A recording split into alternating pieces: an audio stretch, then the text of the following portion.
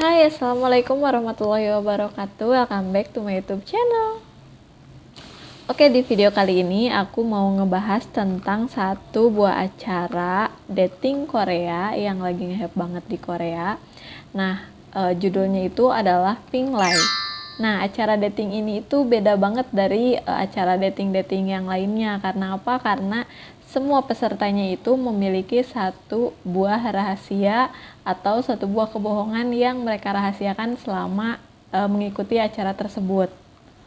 Nah, jadi di sini untuk masing-masing kontestannya itu karena memiliki satu kebohongan tentang diri mereka sendiri, jadi entah itu tentang atau yang berhubungan dengan pekerjaan, usia, latar belakang, akademis, atau yang lainnya.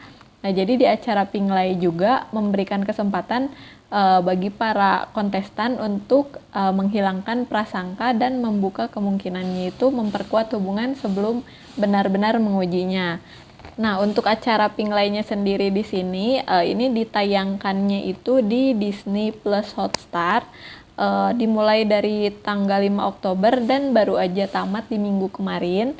Nah, di sini di acaranya ini itu menghadirkan panelis-panelis yang notabene dari artis Korea gitu.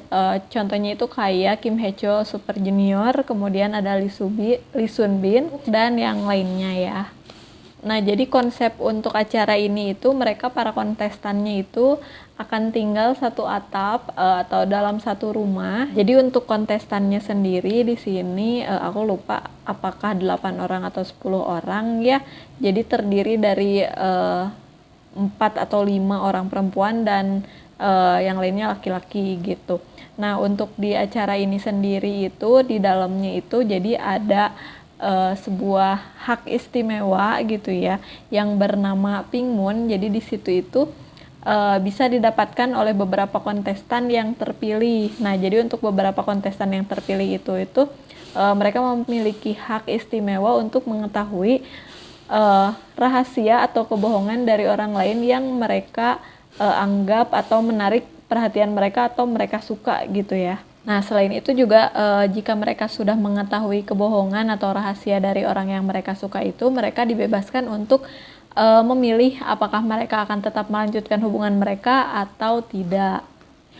Nah, yang spesialnya di acara ini tuh karena setiap pesertanya itu atau setiap kontestannya itu menggunakan nama-nama samaran yang sebelumnya aku bahkan nggak tahu ya kalau ternyata mereka semuanya itu menggunakan nama-nama samaran gitu.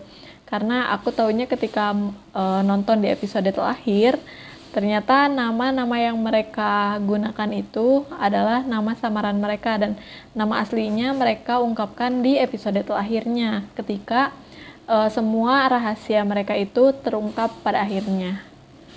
Nah, untuk rahasia-rahasia para kontestannya ini itu sendiri, kalau menurut aku ada rahasia yang memang bisa dianggap rahasia ya atau kebohongan yang kecil lah ya gitu, dan juga ada yang sangat besar gitu. Bahkan kalau misalkan bukan orang yang kuat mentalnya, mungkin mereka juga tidak akan atau tidak ingin mengungkapkan latar belakang atau diri mereka yang aslinya gitu, karena di sini kan mereka itu ingin mendapatkan pasangan yang tanpa melihat latar belakang atau rahasia mereka atau kebohongan mereka gitu. Jadi intinya di sini itu kayak tempatnya untuk mencari cinta sejatinya mereka lah gitu istilahnya ya. Nah, dan di akhir acaranya itu nanti mereka akan memilih satu orang yang akan dijadikan pasangan mereka, tapi apakah mereka akan saling memilih atau tidak, nah itu tergantung dari merekanya sendiri. Nah, sementara kalau di sini sih ada beberapa pasangan yang dari awal aku ngikutin banget, maksudnya aku suka banget, bahkan kalau menurut aku cocok banget, sampai akhirnya ketika aku nonton di episode terakhirnya itu mereka jadi gitu ya. Meskipun mereka sudah tahu kebohongan atau rahasia mereka masing-masing, tapi mereka tetap